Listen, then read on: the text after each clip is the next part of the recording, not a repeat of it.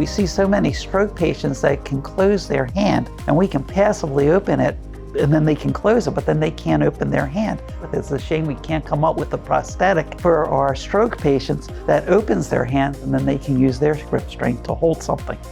I made one, and I had one for one of my patients that we were just practicing, and I got a call later on that day from that one patient that, he had the splint on, and it was the first time he was able to pull up his pants and hold his belt while he secured his belt after using the bathroom, because he was able to get the belt and his pants in his hand. The Albert Einstein Society was essential for designing that release splint. The idea is to use the hand almost as though an amputee would use a prosthetic. With the splint on, the splint opens their hand, and then they're able to close their hand and use their hand as a holder or as a pinch.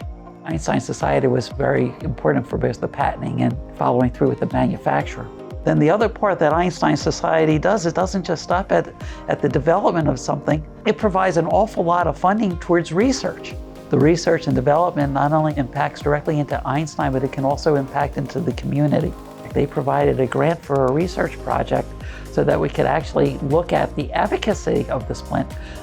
We know by face value that for some of our stroke patients that it worked. The problem is that there's a tremendous need for evidence out in the field that it works. So we had to design a research project that could demonstrate that it could actually improve a person's ability to use their impaired hand during a particular type of task. It provides a lot of satisfaction to be able to watch people be able to use their hands for their first time, sometimes as long as 30 years after their stroke. Is very rewarding.